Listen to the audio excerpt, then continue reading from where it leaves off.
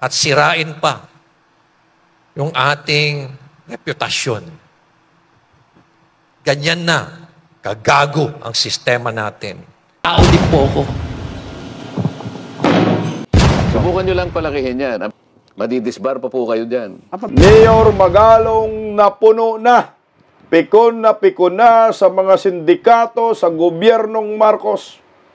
Napamura pa ito at binagsak ang mikropono.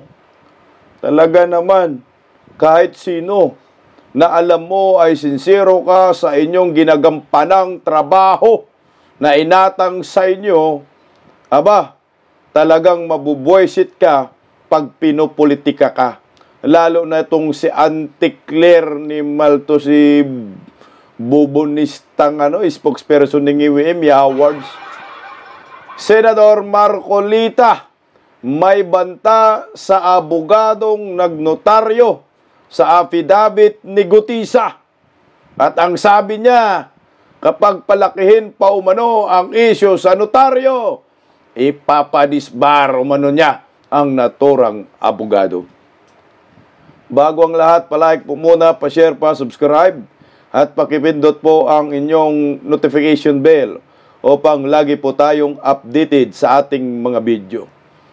Magandang tanghali po sa ating lahat. Nakakainis pag iniisip mo na ikaw ay nagtatrabaho o sincero ka sa inyong tungkulin na inaatang ng pamahalaan. Araw-araw ka gumigising upang gampanan ang inyong tungkulin. Subalit, nang medyo uminit na, nakatagpo ka na ng totoong mga kawatan sa gobyerno at natumbok mo na ang katotohanan, ngayon ginawan ka ng isyo. Gawan ka kung ano-ano na lang. Tinatrial by publicity ka. Sinisira yung kredibilidad mo bilang isang militar. Former military. Kaya talaga, yung dugo mo ay uusok. Kukulo ang dugo mo. Ito ho ang nangyayari kay Mayor Magalong. Kaya hindi na po niya naiwasang mabwisit. Hindi na po niya naiwasang magmura pagkatapos ng nangyayari sa kanya. Dahil alam niya na talagang maitim ang plano ng gobyernong Marcos sa kanya. Bago ang lahat, ito po, pakinggan po natin ang balitang ito. Nagbitiw na si Baguio City Mayor Benjamin Magalong bilang Special Advisor ng Independent Commission for Infrastructure. Sa kanyang pahayag na inilabas sa Facebook ngayong araw, Setyembre 27, aminado ang alkalde na hindi naging madali para sa kanya ang pagbibitiw sa nasabing pwesto sa ICI.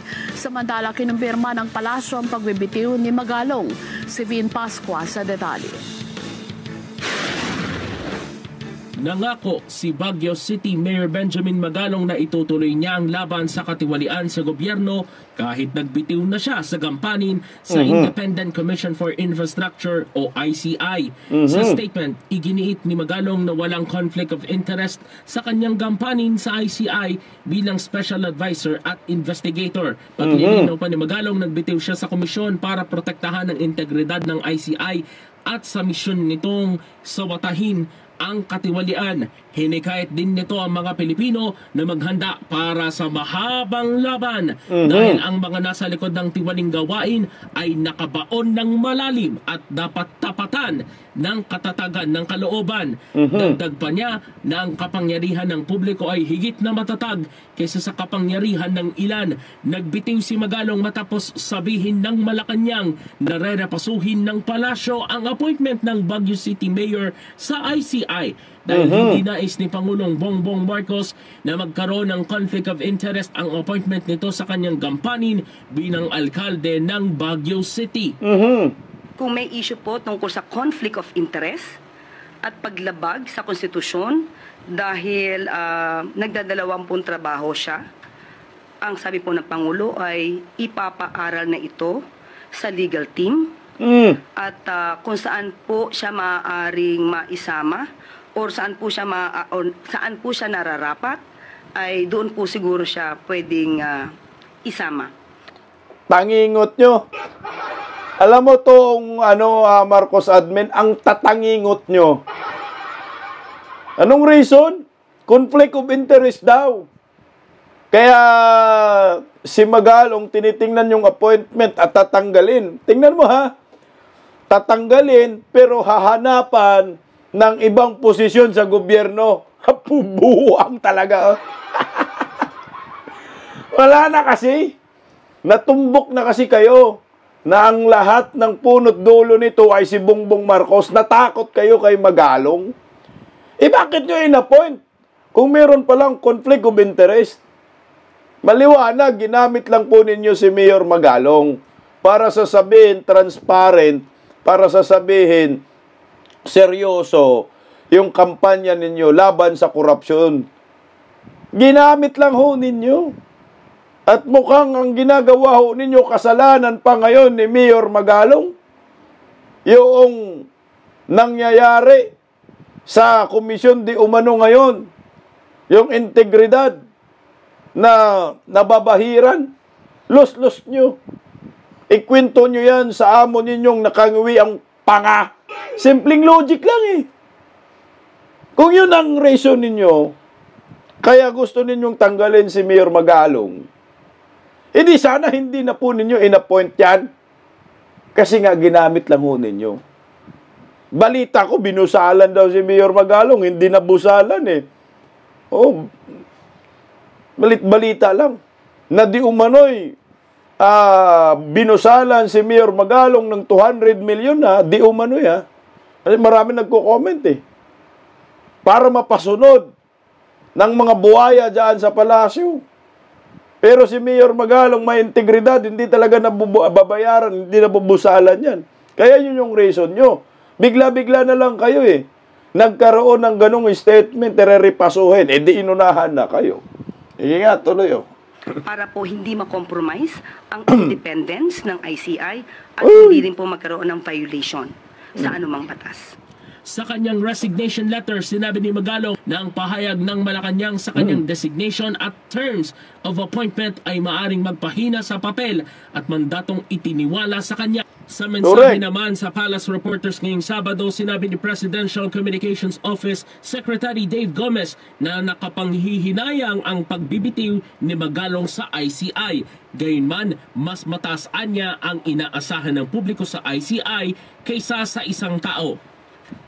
Binubuo din anya ang ICI ng mga natatanging profesional na may hindi matatawarang integridad. Patuloy anyang nire-respeto ng palasyong otonomya ng ICI at dapat hayaan itong gawin ang kanilang gampanin at tugunan ng kanilang mandato. Unang sinabi ni Pangulong Marcos Jr. na kinikilala niya ang integridad at track record ni Magalong bilang investigador ng italaga itong special advisor ng ICI. Los-los nyo. Integridad na kapag hinayang si Mayor Magalong na nag-resign, tinatraidor nga ho ninyo, sinasaksak nyo na sa likod eh. Tinatrial by publicity ninyo. Siyempre yung tao, hindi naman tanga yan eh.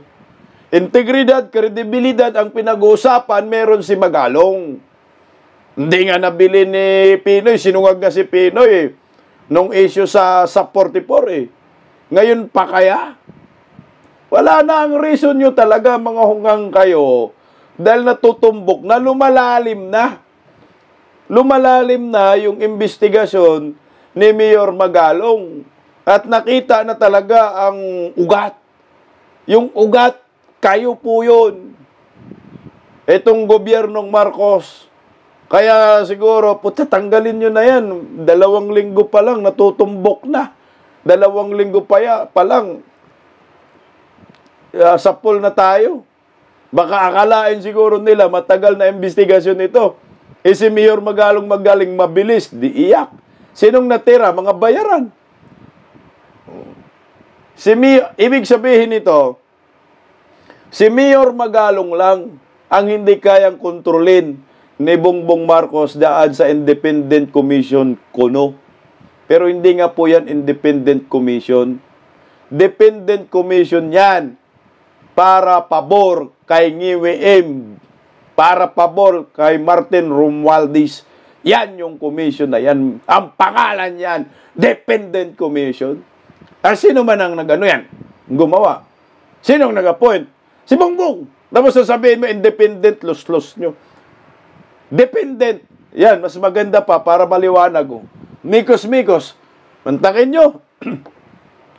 Siguro ito isa sa mga kinabuisitan ni Mayor Magalong, no? Na talagang, ang sabi ng ICI, yung hearing daw, hindi daw magiging public. Narinig ko kay Mayor Magalong, sabi, maging transparent tayo. Paano magiging independent? Kung yung hearing ng ICI, hindi isa publiko. So may mikos-mikos. Kaya nabuisit na po si Mayor Magalong, napuno na.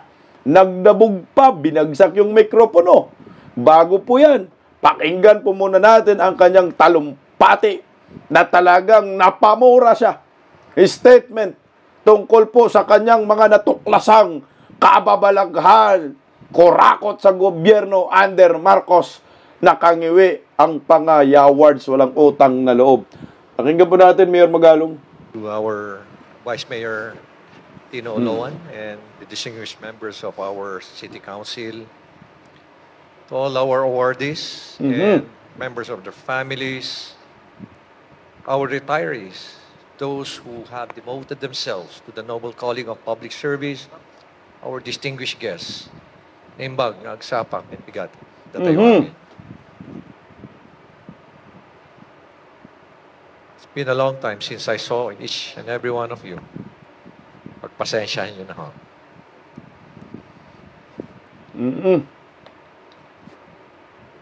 We're gathered here today not only to recognize our achievements, but to celebrate your sacrifices and unwavering commitment to serve.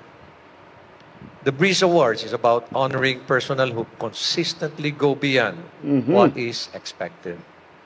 Those who embody excellence, deliver extraordinary results and services, and those who serve with overwhelming, enthusiastic dedication.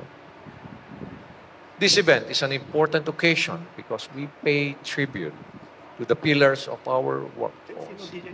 Our retirees who have given the best years of their lives in service, the families of our departed colleagues whose legacy continues to inspire us, our loyalty awardees who prove that true dedication is measured by years of steadfast commitment, and finally, our outstanding employees of the year who set the standard for excellence and professionalism.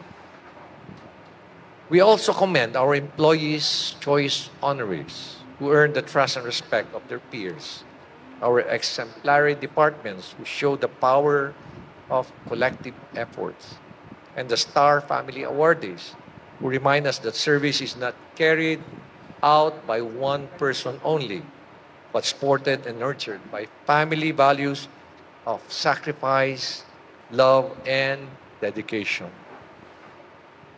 Public service is never easy. Each day calls us to go beyond ourselves, to smile even when we are tired, to give even when we are already stretched thin, to rise above challenges and stand firm for the people who depend on us. Basta po na tayo dyan, Mayor Magalong. Hindi po talaga biro ang pagiging public servant. Lalo na pag ikaw ay gusto mo lamang magserbisyo sa bayan, ay gusto mo lamang gampanan ang inyong trabaho, at ayaw mo mangurakot. Talagang mahirap po yan. Na kahit marami ring mga Pilipino na galit sa ahinsya ninyo, pero ikaw, hindi mo kayang magalit dahil alam mo na ang mga Pilipino ay nilalabas lamang nila ang pagkadismaya sa inyong ahensya, lalo na yan sa DPWH. Ang masaklap nito, mahirap magiging public servant pag ang isip mo ay ay tuwid. Ang isip mo ay walang halong pangungurakot, tapos matuklasan mo yung kasamahan mo ay mga buaya. Iyan ang pinakamahirap. Yung sistemang korupsyon, talagang mahirap din iwasan yan sa mga public servant. Kaya kudos sa mga politikong hindi nagpapadala sa mga buaya at mga kurakot na nakaugat na diyan sa gobyerno, lalo na diyan sa DPWH, lalo na diyan sa BIR, sa custom, sa lahat ng ahensya ng gobyerno ni WM, putya, lahat mga kurakot. Kaya ikaw, Mayor Magalong, hindi ka talaga pwede sa gobyernong Marcos. Dahil ang gobyernong ito, kurakot sa lahat ng kurakot, buhaya sa lahat ng buhaya. Kaya tama yung desisyon mo, Mayor Magalong. Nilayasan mo itong gobyernong iwi. Tuloy. Yet, it is always a sacrifice that is filled with a lot of fulfillment. And this is precisely what I'm going through now, at present. I've never been so busy in my entire life. Ngayon lang. I would like to apologize to each and every one of you if I cannot perform my task as your mayor of the city of Baguio. It's not an easy task, believe me. It's very challenging and it is very dangerous as well. Isipin mo yan, ha? Sa tanang buhay niya, hindi siya nagiging sobrang busy. Ngayon lang. Kaya yung pagiging mayor niya, medyo nakompromiso ang kanyang tungkulin. Ibig sabihin yan, si Mayor Magalong, seryosong-seryoso talaga na matumbok ang mga sindikato sa gobyerno. Mantakin mo yan, ha? Sinasakripisyo na nga niya pagiging mayor, eh. Tapos, ito ang mangyayari. Gawa ng kwento ng Palasyo de Polvoron, pinopolitika. Sino bang hindi mabuisit dyan? Tuloy, Mayor Magalong. Fighting all these very powerful and moneyed people in our country today. And I was expecting, I anticipated that corruption is widespread. But now that I've been going around the country, I've never expected that it is just so deeply entrenched. The magnitude is unbelievable. The magnitude is incredible. Corruption, especially in the infrastructure projects or infrastructure sector, has already become a cottage industry, a livelihood program. Utsa! Sa dami ng pinuntahan namin mga projects, wala ni isa kaming nakitang maayos. And these are in hundreds of millions of pesos. Ibig sabihin yan, it has become so systemic, highly organized, highly syndicated. Nakakalungkot isipin na itong mga taong ito, sinisira nila ang kinabukasan ng ating bansa. Sumukhang ito ang reason na tinanggal si Mayor Magalong. Mantakin mo daw.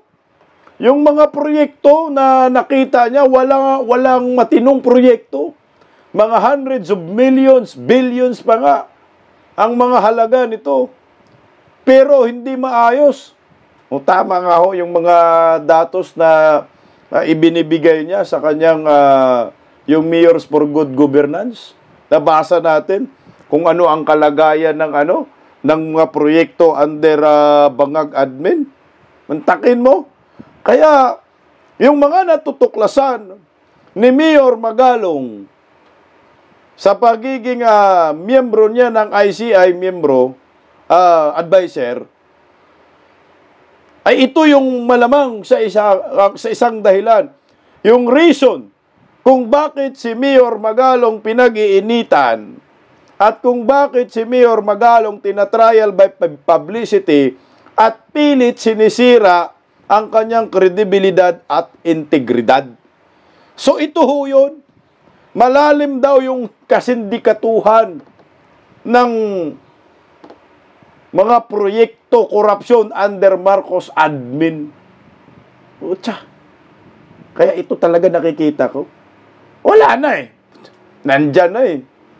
Kamalas nila. Dahil pinatagal pa nila ng 2 linggo. Malamang marami pang isisiwalat si Mayor Magalong kung ano yung mga nakikita niya na korupsyon sa loob ng 2 linggo na nagiging parte siya sa kuno na independent commission ni Bangag, yung pala dependent. Ito po talaga ang dahilan. Okay, tuloy ho natin. And please, let us not allow this this passion to address corruption short-lived. It should be a long-term engagement. Huwag po natin pabayaan na nakawin nila ang kinabukasan ng ating mga kabataan. Huwag natin pabayaan na nakawin nila ang kinabukasan ng ating bayan. Huwag nating pabayaan na nakawin nila ang kinabukasan ng ating bayan. Ninakaw na po, Mayor Magalong. Konti na lang, mauubos na. Yan ang katotohanan. Yan yung malungkot na katotohanan. Ninanakaw na po nila, sobra-sobrang pagnanakaw.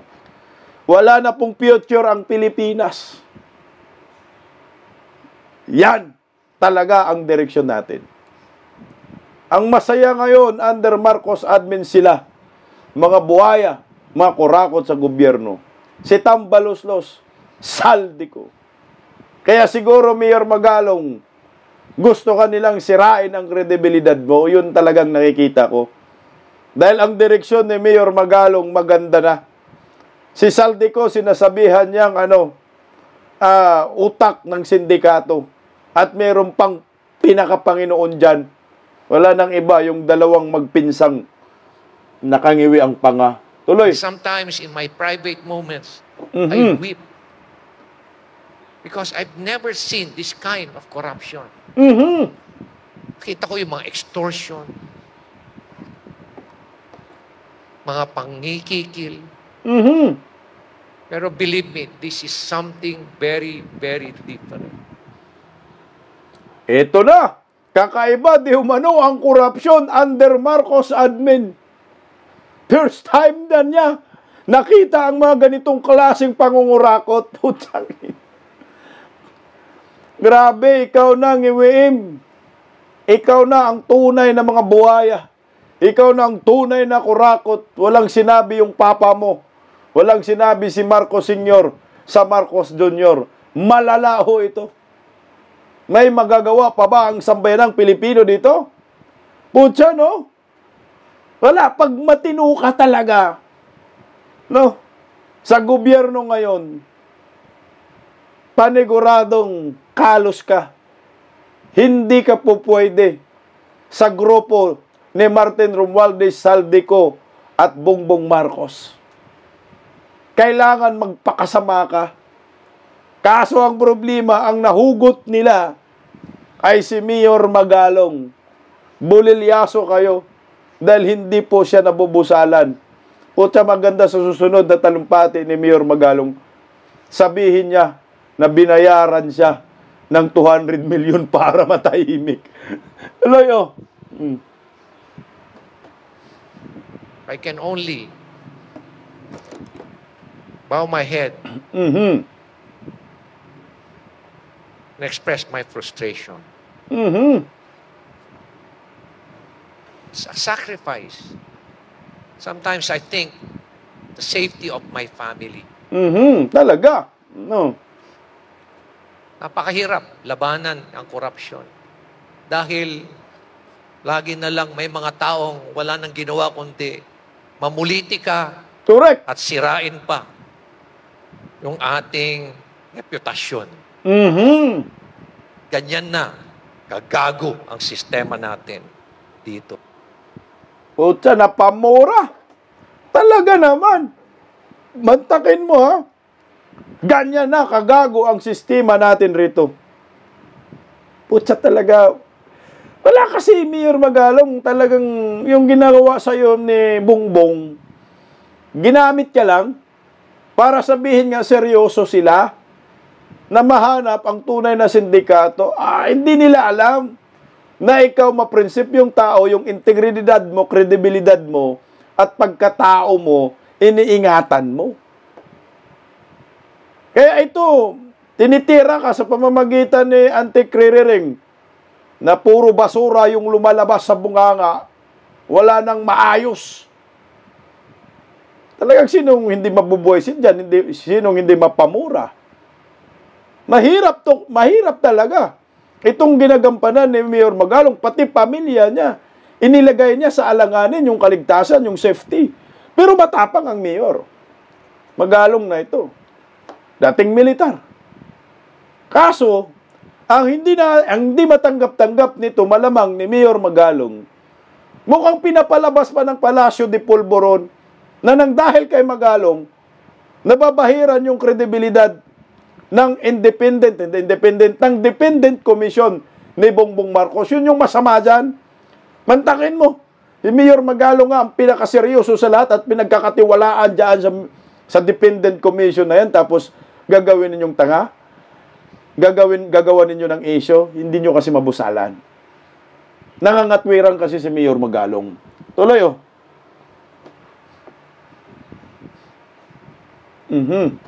Nakikipaglaban na tayo araw-araw, sacrificing our safety, sacrificing our life. Pero may mga tao pa dyan na walang konsensya, na walang ginawa kundi puro na lang politiko ang pag-iisip. Birahin mo yan!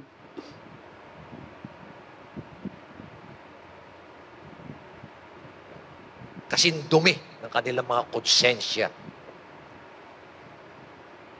They're no different from these very powerful people who continue to destroy our nation. Let me go back. Grabe, no? Dismayado na talaga dyan si Mayor Magalong, no? Napuno na, legit, punong-puno na, nabuwisit na. Sino bang mabuwisit? Araw-araw ka nagsasakripisyo tapos papolitikahin ka lang ng mga hinayupak na ito. Tama lang, birahin mo, Mayor, oh. Please know that we deeply appreciate the support each one of you have given to our advocacies. Even as you understand that sometimes some of us need to be away to fulfill our task beyond what we do in our city. Everything we do, everything we push for is with one dream in mind, so that future generations will no longer have to endure the struggles and difficulties that we are experiencing today. Always remember that public service is both an honor and responsibility. What you do every day strengthen the foundations of good governance, uplift the dignity of our people, inspire others to believe that change is possible. I keep on saying this as well.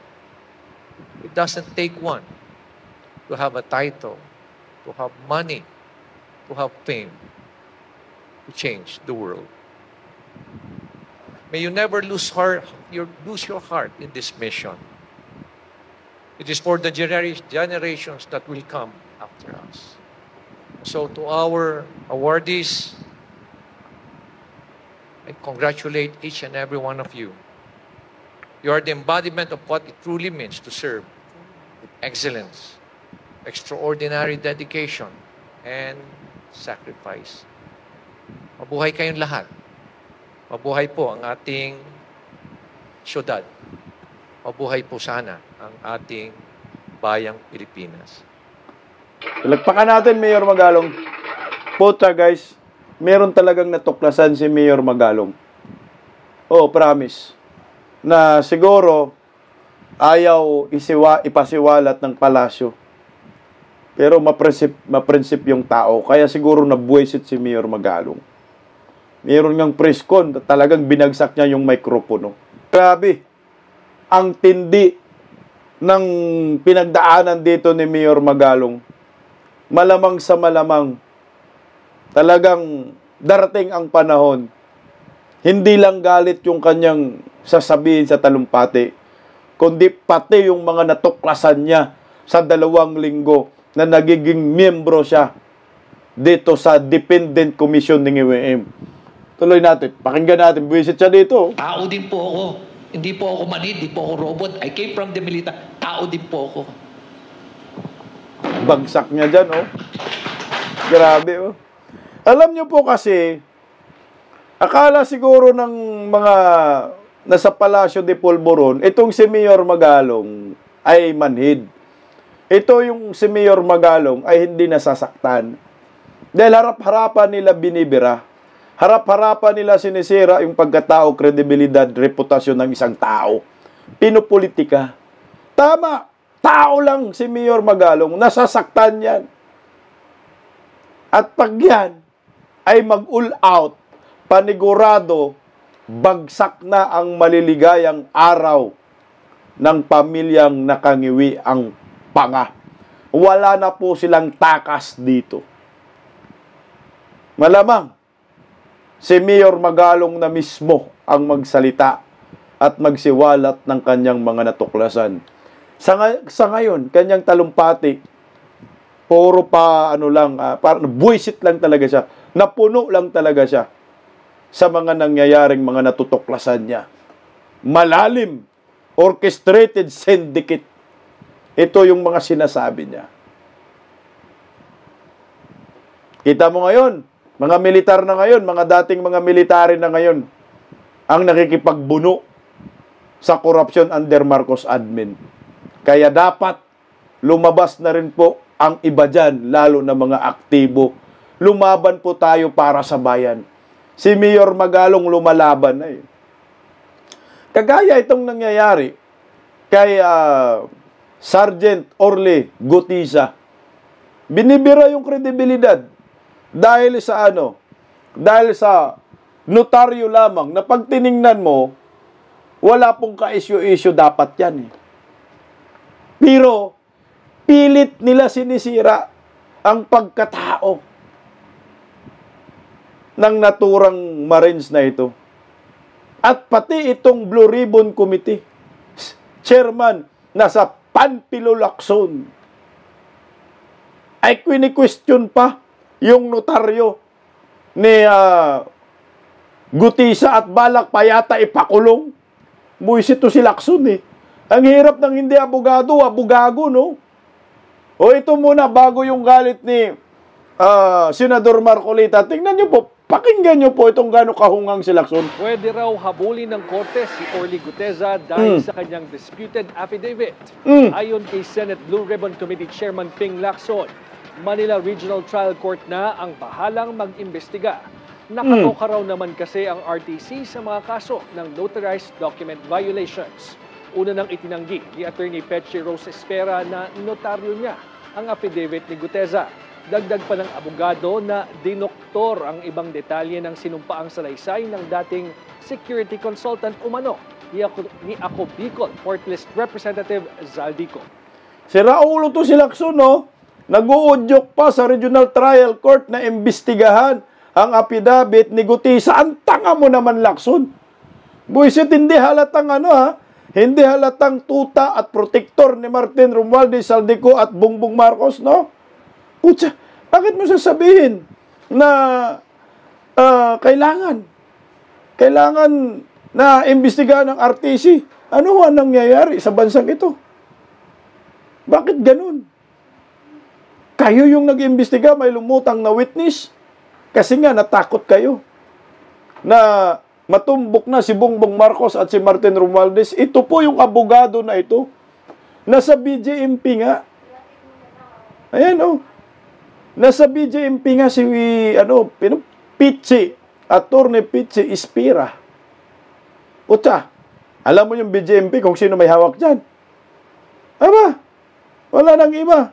Sino? John Vic Rimulya. Awards, mga Rimulya rin. Hawak ng UM. Malamang sa malamang naturuan ho ito. Pero yari kayo. Attorney Pichi Espira. Dahil sabi ni Senador Marcolita, ipapadisbar ka pag pinapalaki nyo po ito. Puta, pinapalaki na talaga, ano? Senador Marcolita, pakinggan natin, Senador Marcolita. Interesado ako doon sa attorney. Sa bagay, ito pinalaki nila di ba? Oo. Okay. Kasi ako rin napapansin ko ito Sen. Ewan ko lang kung practice talaga ito. Pagka kasi nagnotaryo, di ba, pag nawalan ka ng lisensya, affidavit of loss, Yes. papanotaryo ka Napapansin ko, wala naman talagang abogadong humaharap Wala Yun lang talaga. doon. Yung secretariat, taga-tait, etc. Yun po bang practice na yun ay tama, Sen?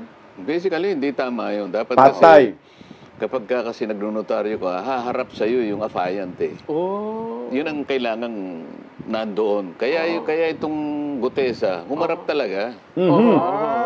Kailangan nakaharap ka. Alam niya yung pananagutan niya, kailangan nandun siya mismo Mali yung halimbawa, tinawag lang, nakapakita mo nga sa akin ng litrato. O sige, ikaw nang pumirma dyan. Nagagawa nila yun, pero mali yun. Kasi ang hinahangad dito kasi ay yung pananagutan na nakaharap mo talaga. Kasi ikaw ang nag-administer ng kanyang oath Para nakita ko yun, naging malaking issue yun doon kay Alice Guo, di ba? Pero anyway, Paano kung halimbawa, kasi itinatanggi nga ng abogado, nasa yung nakapirma doon. sige, Pero kung yun ang practice pala nila, Patay. talaga nagnonotaryo sila pero hindi siya pumipirma.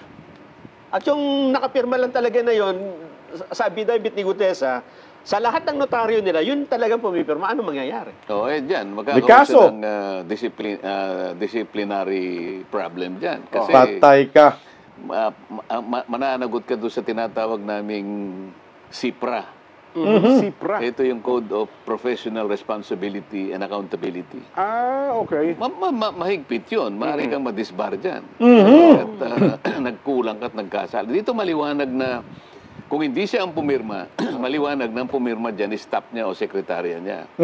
Kasi yung paggamit ng kanyang notarial office, yung kanyang notarial seal, sabi ko nga sa inyo, imposible para kay Gutesa na siya mismo ang magtatatak doon. Siya magtatatak ng dry seal at mahanap niya yung page number, book number, document number.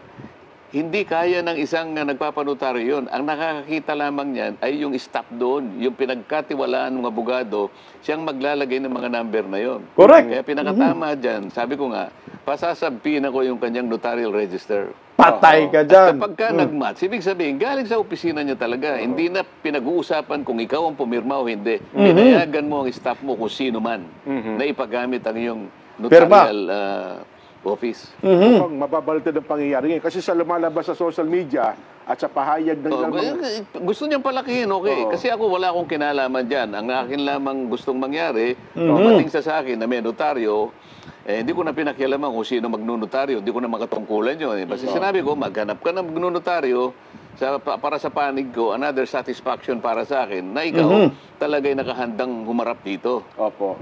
Kasi pinalalabas nila kayo sa social media. Puta, bulilyaso pa tong abogado na to. Malaking problema to. Sabit ang hanap buhay niyang notary public nito.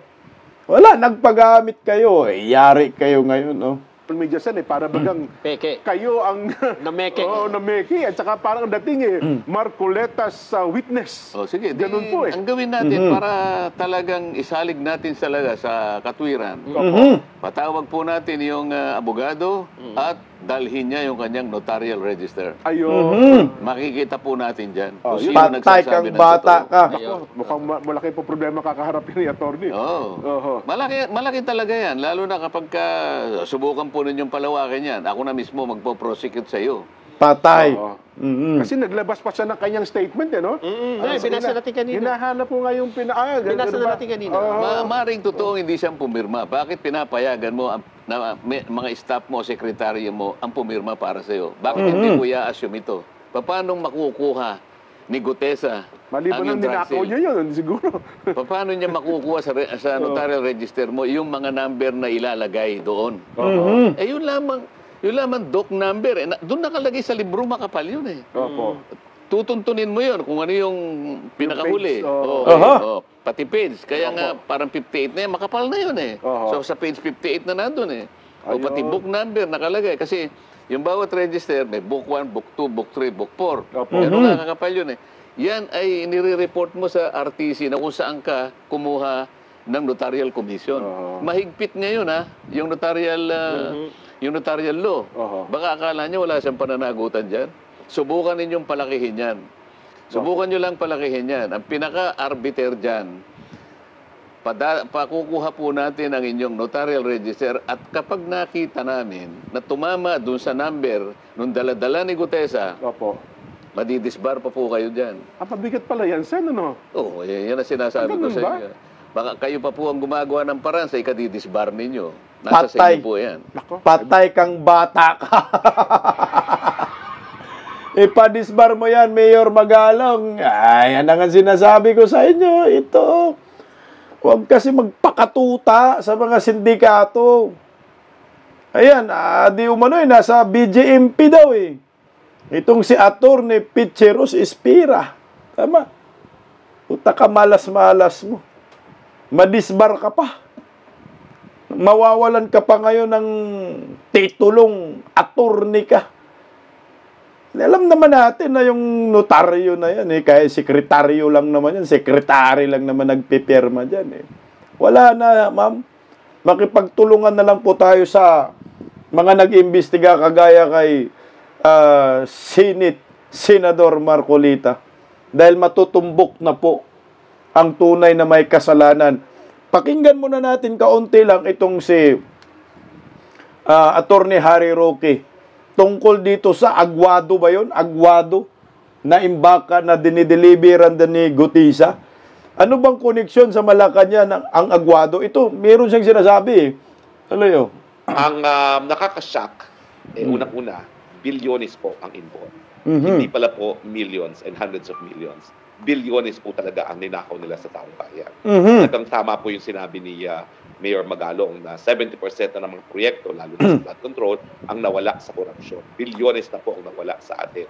At pangalawa, ako talaga, bagamat yung sa USEC, alam na natin yan, yung mga patakaran na yan, ang nakakashock yung kay Gutesa. Sabi niya, ginamit pala ang hukbong sandatahan ng Romualdez at ni Zaldico para mag-deliver ng pera na galing sa nakaw na pera. No? Yan po ay dineliver niya sa BGC, sa mga bahay sa Forbes, sa Nara, sa McKinley, at meron pa pong isa, ang sinabi niya, Aguado. Aguado. Now, ano ba yung Aguado niya? Pakinggan natin kasi medyo maganda yung sinasabi ni dito ni Atty. Harry Roque, yung Aguado. Alam nyo, nung panahon ng COVID, at sinasarado ni Martin Andanar ang new executive building kung nasaan ang aking opisina at opisina ng PCOO, hindi naman po pwede hindi kami mag-broadcast dahil panahon nga ng COVID. Mas importante na magpakalat na impormasyon tungkol sa COVID. No? So, minabuti namin na kung isasarado ang new executive building, doon kami mismo sa harapan ng new executive building na Aguado na pag-aari ng mga Romualdez. Siyempre po, humingi kami ng permiso kay Martin Romualdez at ibinigay naman. Now, kung nasa harapan po kayo ng NEB, meron kayo makikitang malaking-malaking pader na puti. Sa totoo lang po, hindi nyo mapapansin yung mansion kasi nakapaligiran yan ng bakod. Okay? So, hindi nyo akalaing napakaganda ng mansion sa looban ng bakod. Pero pag pumasok na kayo dun sa loob ng bakod na yan, makikita nyo napakagandang mansion. No? Now, puti po ang kulay ng mansion na yan, merong swimming pool. Now, nung kami po ay nag-broadcast at maraming beses naman kami nag-broadcast dyan, syempre, nakausap din namin yung mga katiwala. At ilan sa mga kinuwento sa amin ng katiwala ay noong mga huling araw daw ng EDSA, kung saan talagang bilang ng araw at oras ng mga Marcos ng Malacanang, hindi raw po sila nakatira sa Malacanang. Doon sila sa Aguado nakatira. Patay. At isa pa nga namin ang kwarto kung saan tumira ang diktador na si Marcos Sr., sa nakatira si Aimee, sa nakatira si Irene at si Imelda, no? Dahil hiwalay pala sila ng kwarto. Now, isa pang sinabi ng caretaker. Teka lang. So, ibig sabihin, yung Aguado mansion na yan, ay merong koneksyon, no? Merong daanan papunta dun sa Palacio de Polvoron. Di ba? May konektor. O saan? O ito, pakinggan natin. Meron daw koneksyon ang Aguado sa Malacanang. Patay ang bata ka. Kaya sila ay nakatira na sa Aguado, hindi halata na hindi sila umaalis ng palasyo. Kaya akala ng buong Pilipinas, nasa loob lang ng palasyo mga Marcoses, pero meron daw koneksyon ang Aguado sa Malacanang kung saan sila dumadaan. Now, I admit, hindi ko nakita yung koneksyon na yan. Dahil ayaw naman ipakita ng mga katiwala. No? Pero sinabi lang nila na meron daw koneksyon. Kaya ng mga huling araw ng EDSA, akalain lang natin nasa Malacanang sila, pero actually nasa Aguado. No? Now, anong significance niyan? Well, kung totoong may connection dyan, ang sabi nitong si Guteza, ay regular siya nagde-deliver ng mga bags, na kada bags ay merong 48 million. Ang kalkulasyon ko po, no, doon sa kanyang testimonya, ito po ha, nagkaroon po ako ng computation. Ito po ang computation ko. Bilyones! So, sinasabi niya, kada bag, ang laman ay 48 million. Okay? Now, sinabi niya na nakakita siya ng 46 suitcases delivered. Okay? Sa Coast residence with 35 later taken to Romualdez. So, i-add nyo na po yan. 46 plus 35 times 46. Now, ayun nga po. Mga 4.4 billion lahat. Sa loob ng Malacanang compound. Okay? So, ngayon, kung i-add po natin yan, 48 million kada suitcase, 48 million times 46 equals 48 million times 40, 48 million times 6, it will become 1.9 billion. Plus 288,000, it is 2 billion 208 million. Okay? So 2 billion 208 million.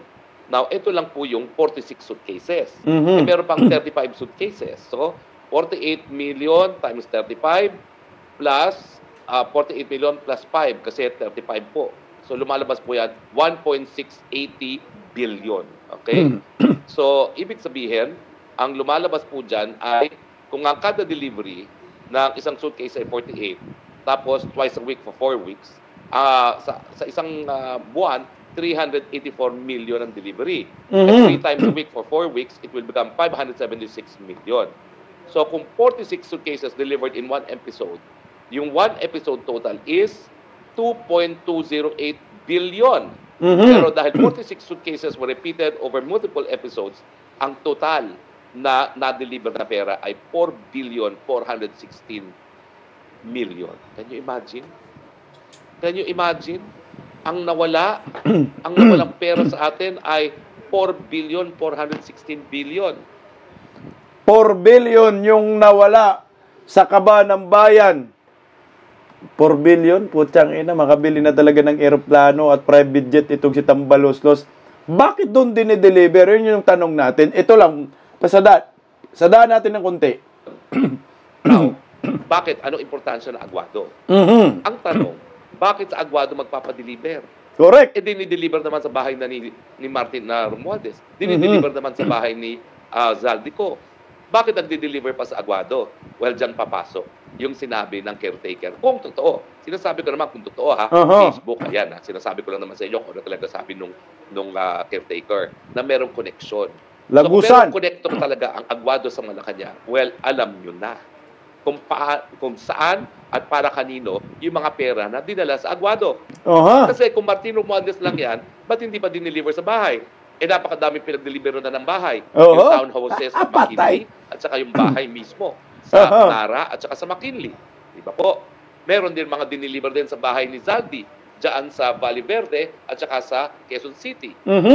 Bakit magde-deliver pa sa Aguado?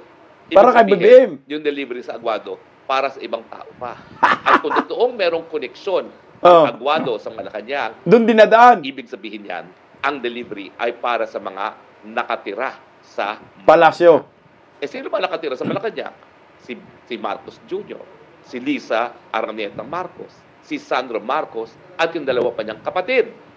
So bahala na kayo mag-isip kung anong conclusion, bakit nag-deliver sa Aguado. Pero tuloy lang natin kunti. sa akin malinaw na kung ang pera ay para kay Martin Romualdez, hindi na kinakailangan dalhin pa yan sa Aguado. dahil nagdi-deliver naman sila sa bahay mismo ni Martin, di ba? Ang akin tinutukoy at tinutumbok, alam na natin, kurakot ang Martin. Alam na natin, kurakot ang Zaldico. Pero, gaya ng sinasabi natin sa mulat-mula, hindi naman po mangyayari yan kung hindi dahil kay Marcos Jr. Bakit? Correct. Dahil si Marcos Jr. ang namili ng speaker. Mismo. Naman talaga ang katotohanan sa politika ng Pilipinas. Walang tao na magiging speaker na hindi gugustuhin ng presidente. Una. Pangalawa, si Marcos Jr. naman ang nagsusumite ng budget na binago ng mga kongresista para sila ay kumita. Correct. Hindi naman niya ginamit ang kanyang kapangyarihan na magdito gaya ng ginawa ni Tatay Digong noong 2019 budget. Nang talagang binito niya yung mga insertions ng mga kongresista. Immediately after, natanggal si Bebot Alvarez at yung kauna-unahang taon na naging speaker si GMA.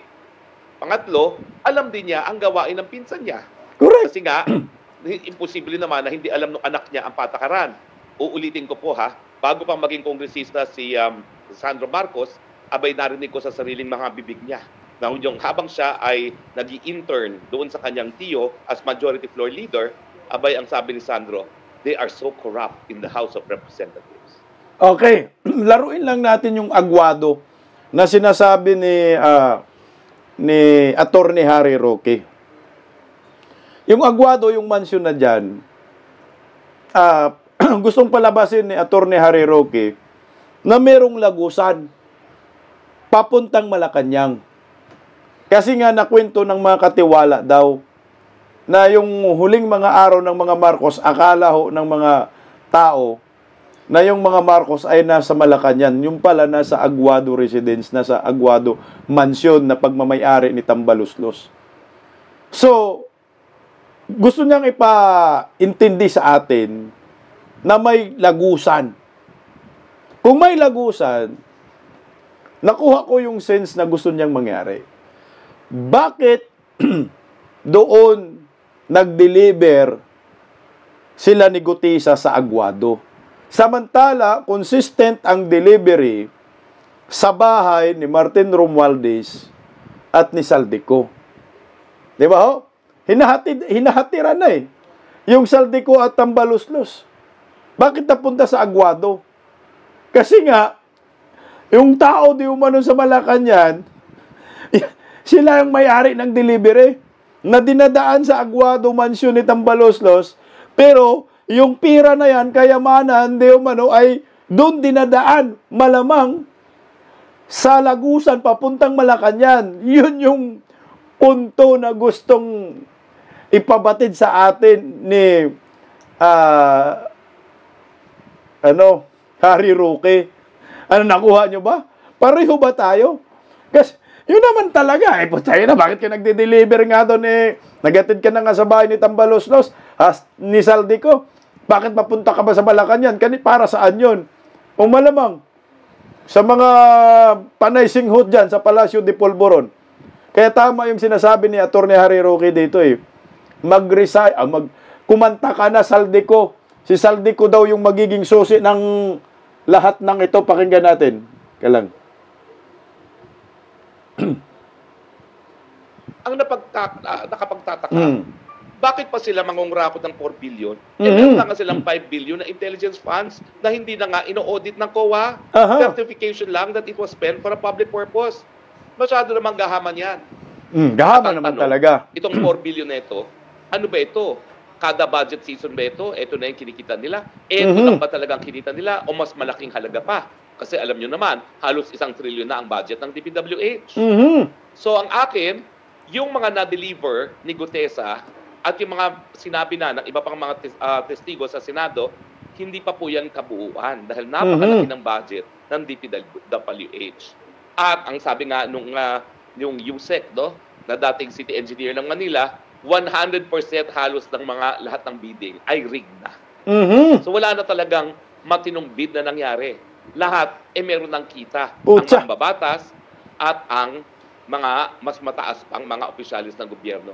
Kasama na ang Speaker at ngayon ang kapitbahay ng Aguado, yung nasa Malacanang. So alam niyo po, hindi pa po tapos ito.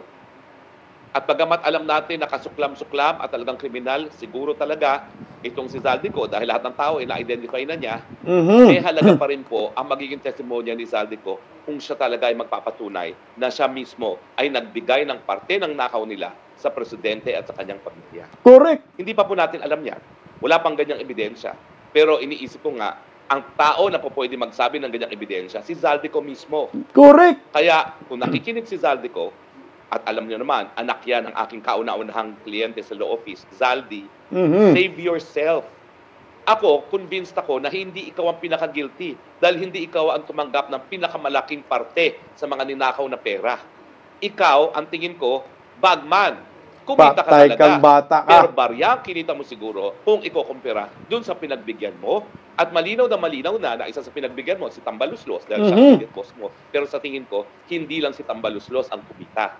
Correct. Dahil bakit ka pa nagpa-deliver ng pera sa Aguado na katabi mismo ng Malacanang? What? So, inaantay namin ang iyong testimonya. Save yourself. Bilang isang abogado, maski ikaw ay guilty, hindi naman ikaw ang pinaka-guilty. Dahil po pwede naman sabihin, ikaw ay sumusunod lamang sa sinasabi ni Tambaluslos at ang presidente. Accessories lang. Mantakin mo yan. Imbis na ikaw ay kasusuklaman ng buong bayan, pag sinabi mong katotohanan na ang talagang pinakamalaking kinita ay mas mataas pa sa iyong speaker, talagang mababaliktad ang tingin sa inyo ng taong bayan. Bayani pa. Sisiwalat mo ang katotohanan. Well, ito po yung dahilan kung bakit nung ako'y kongresista, nagsulong ako ng Whistleblower Act. Alam ko po na nakakagalit na ilang mga gumawa ng katiwalian hindi mapaparusahan kung mapapasa nga yung batas na Whistleblower Act. Pero kung wala namang kasing testimonya ng mga whistleblowers na kasapi talaga sa mga illegal na gawain, hindi natin mahuhuli yung mga tunay na korap. At saka yung pinakamalaking mga korap. Kumbaga, the biggest fish, hindi natin mahuhuli. So, Zaldi, kung ikay nakikinig, kumanta ka na. Linalaglag ka na. Hindi mo ba napapansin, ikaw ang ginagawang scapegoat. Hindi pa nagsasalita ang Martin Romualdez, pero sigurado ako, kabahagi ng depensa niya, ay ikaw ang ituturo. Dahil after all, ikaw ang naging chairman ng Committee on Appropriations. Maawa ka naman sa pangalan ng tatay mo. Alam mo namang matalik kong kaibigan ng tatay mo, pinagsilbihan ko bilang isang kliyente, malinis na malinis ang pangalan ng tatay mo. Isalba mo naman ang pangalan ng ko. Dahil yung tatay mo, hindi matatahimik yan sa kanyang libingan nang nalalaman niya na kinasusuklaman ka ng buong bayan bilang isang korap. Turn the tables. Grab this opportunity for greatness. Magsalita ka na kung sino talaga ang amo mo. Correct. At kung sino talaga ang kumita ng pinakamalaki bukod pa kay Tambaluslos. And that could only mean one person, one family. The family which has been described by Guinness Book of World Records as belonging to the top 5 most corrupt families on earth. Diba? Salba mo ang pangalan mo. Bakit ka ba ikaw lang makukulong? Kinakailangan makulong silang lahat. At kung pwede, mapababa mo ang iyong pagkakakulong by cooperating and giving testimony. So inaanyayahan kita, Zaldi. Alam ko nandito ka sa Europa, ako'y nasa Hague. Napakadali kong hanapin sa Hague. Puntahan mo ako dito kung ikaw ay willing na kumanta na.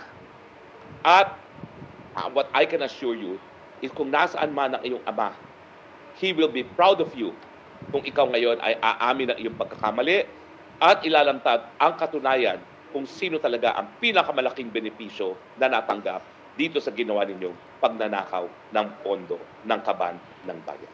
Putik, kanta na, Saldi ko. Magiging bayani ka daw dito. Tama naman, Kasi sabi ko nga sa inyo, ang pinaka-missing link si Saldi ko, ito yung magiging singson sa panahon ni Erap noon, di ba? Si Singson kumanta. Ito ngayon naman, si Saldi ko ay magiging hero.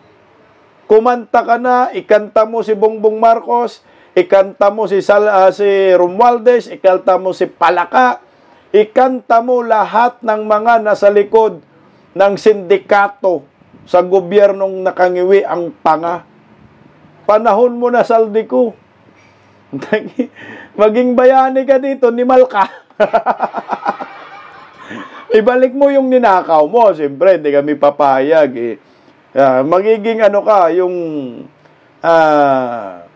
mababa lang daw yung pananagutan mo. Okay, sige. Pero ibalik mo yung nakaw mo. Basta kumanta ka. Ang tanong, kakanta ba yan? Isus ko. Mukha pa lang demonyo na. Apelido pa lang ko. Das rakot, kurakot ng mga hanayupak eh. Wala. Demonyo talagang malabong kumanta yan. Baka pag si Vice President Inday Sara ang presidente, baka kakanta ho ito. Good luck po sa ating lahat. Bisdak Pilipinas, God first. Pagising sa umaga, tanghali at gabi, nakikita ko ang post niya, ang hapdi. Paano nga ba to? Di ako makatanggi. Watch ko na lang at isipin ng mabuti. Bisdak Pilipinas. Bisdak, tinig ng katotohanan. Sa bawat vlog may laban sa kasinungalingan. Mulat ang mata, gising ang masa. Bisdak Pilipinas. Para sa bayan, gumigising sa diwa. Sa likod ng kamera, tapang ang dala, walang sinasanto kung mali ang gawa. Hinay-hinay, pero palaban. Boses ng tao sa digital na labanan. Bisdak, tinig ng katotohanan. Sa bawat vlog may laban sa kasinungalingan. Mulat ang mata, gising ang masa. Bisdak Pilipinas, para sa bayan, gumigising sa diwa.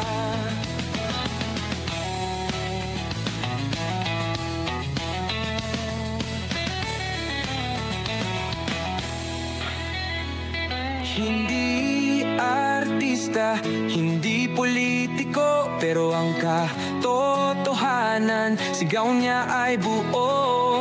Sa YouTube o Facebook man siya makita, may aral ka pa rin, may uri sa bawat salita. Bisdak, gising sa katotohanan, di lang kwento, kundi panawagan.